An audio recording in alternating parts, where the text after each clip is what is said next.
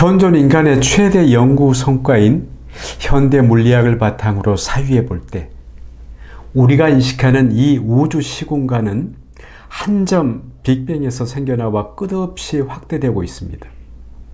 마치 풍선에 그려진 그림들이 풍선을 불면 불수록 서로 멀어지는 것처럼 말입니다.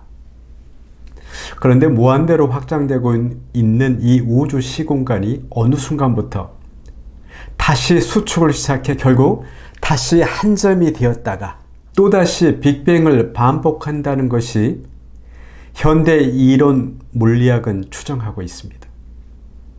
한마디로 순환 우주론입니다. 그러니 우리는 유한한 이 시공간을 살다가 사라지는 존재이지만 시공간 너머 한 점을 상하는 영혼의 존재이기도 합니다.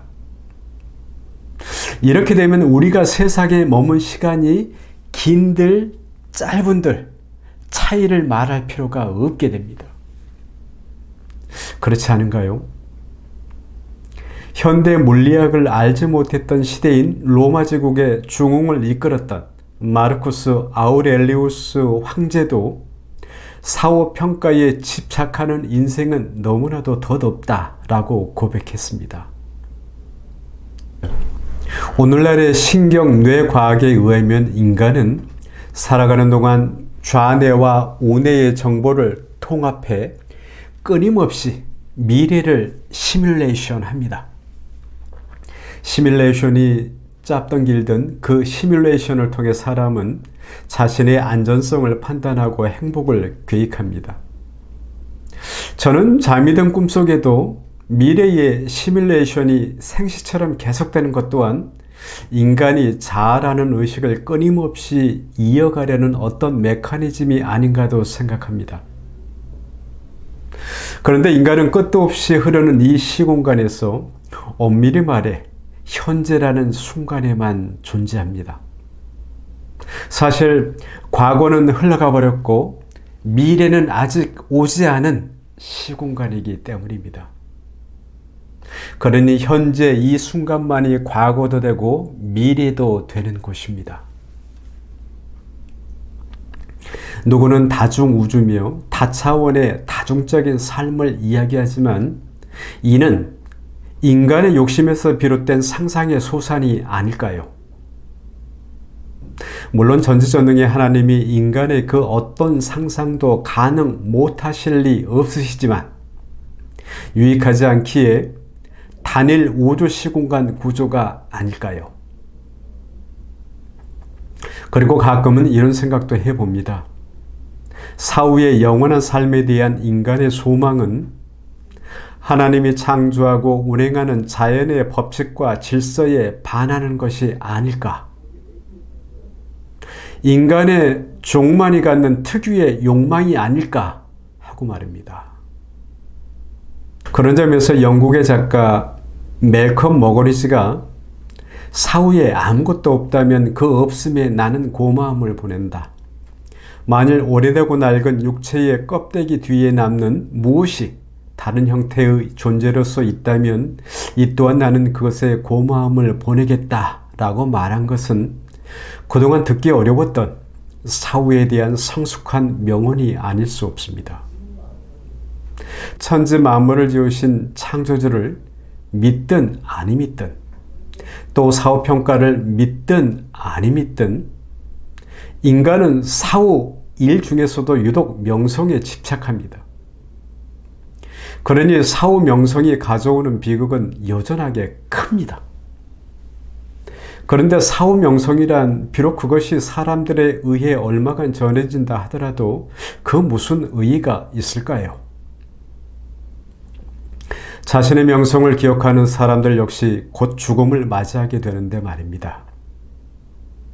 활활 타올랐다가 이내 사그라져 버리는 불씨처럼 시간의 흐름 속에서 기억의 마지막 불꽃도 결국에는 한 점으로 소멸하고 마는데 말입니다. 설사 당신을 기억하는 사람들이 영원히 죽지 않는다든지 그들의 기억이 영원히 지속한다고 할지라도 그것이 당신에게 무슨 의미가 있을까요? 실제 그 의미라는 것을 깊이 들여다보면 죽어서라도 영향을 끼치거나 돋보이고 싶어 하려는 인간의 욕망은 아닐까요?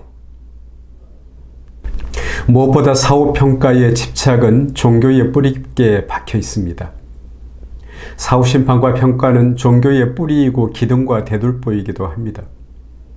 그런데 자세히 들여다보면 사후심판과 평가는 이 생에서 이미 이루어지는 측면도 있습니다. 사후심판과 평가는 죽음을 맞이할 때 자기 스스로가 자기에게 내리는 것이기도 하기 때문입니다. 대문호 레프 톨스토이가 이런 의미심장한 말을 했습니다. 진정한 형벌은 내가 누릴 수 있었을지도 모르는 커다란 행복을 무심하게 놓쳐버렸다는 그대 의식 속에 있다. 그 이상의 형벌은 기대하지 말라. 그것보다 더 끔찍한 형벌은 없다. 라고 말입니다. 또 시인 고 박재삼은 그의 시 부활의 생각에서 이렇게 노래했습니다. 당신이 푸른빛과 별로 관계가 없는 것은 뻔하고 분명하건만 그러나 늘 그 근처에서 자나새나 그리워하고 산 것은 너무나 확실하다. 저 햇빛의 반짝이는 무수한 이파리들 둘레에서 혼을 빼앗긴 채 멍청이 지냈던 사실을 헤아려보라. 결국 이런 과정을 거치고 죽고 나면 어떻게 될까? 땅 밑에 묻혀 스미는 물로 변하여 그 이파리들을 타고 눈부시게 올라오기는 하리라. 아, 이것이 부활이 아니고 무엇인가? 라고 말입니다. 또 며칠 전 조선일보의 탤런트요 영화배우 김혜자 선생님의 인터뷰 내용이 떠오릅니다.